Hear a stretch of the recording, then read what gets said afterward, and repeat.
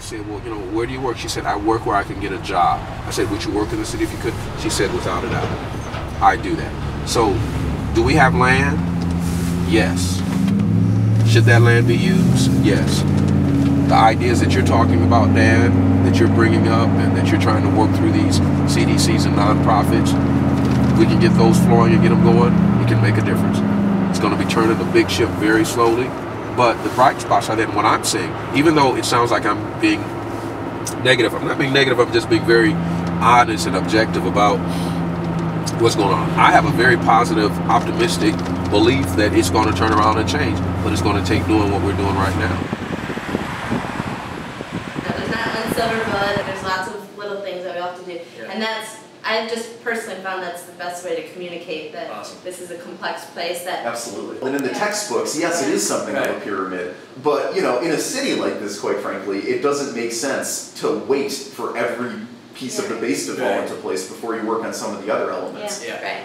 I've said it many times on like panel discussions and conversations and meetings, like part of the problem right now with the whole like city versus suburbs like divide is that I find that people think of Detroit as a charity, and we got to get past that. This space this was just like all broken up, drop-ceiling, offices, carpet. Got it. And these kids came in. Shit, I really want to show you the video. They're a fully functional dance studio, and not only are they doing their hip-hop dance studio here, but they've allowed others in the community to come in. So there's after drum and dance after school program. It's a nonprofit group. Hang a right and just go down a left on Rosa Parks, which is the first street. Yeah. And we'll just go right down to the farm first. Yeah, so this is a farmer. So Greg Willer and his wife Olivia, 7th grade school teacher that was teaching his kids about this stuff, growing food with them, selling at the market, that wanted to just dive all into this world. And so they're farming on close to 2 acres. Right now the model is just like a socially just business. So we give a lot of our stuff away to the school right there. We bring them compost, and we're helping them with some cranberry students that I know who want to volunteer, and some teachers over there to build their like salad bar garden. People here. So there's like some Mizuna. We sell to a few restaurants, including Slows and Chef Brian. And so we're gonna work with these CCS students to make one that's probably about the size of a soccer goal for soil in the greenhouse and stuff like that. So this neighborhood is an example of this. So this is not just some brain fart or me saying some, you know, ideological, hey, this is what could be. This is an example. This is actually bred from what's happening right now in this community.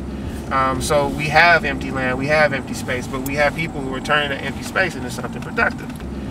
This is an example of them turning a vacant, abandoned house and going guerrilla with it. They took off all the walls, painted the inside, and now it's a community stage. Yeah. So they actually have That's little community concerts. stage. Yeah, they actually have little concerts there and everything. See the seating? They'll set the band up right there. Actually, Reed Schumacher, you want to know how this whole thing started? He's a founder. So we started in 2006 with a community garden, and our purpose was to build relationships with kids, long-term relationships, to, you know, stay in their lives and see if we can get them through college or through high school. The dropout rate is 60% in this neighborhood,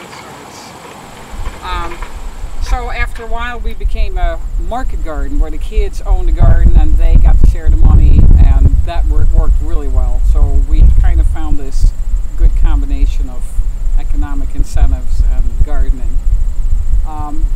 So we've been doing that for the last 4 or 5 years, and the kids have stayed with us, and as they grow older we have been able to give them employment with the Fisher Foundation and the Greening of Detroit, and so a lot of the work that you see here was done as part of our youth employment program. This is why I think that Brightmoor has potential. This is where I think that Brightmoor is going to be the neighborhood that people are going to look at and say, you know what change means? You need to go see Brightmoor.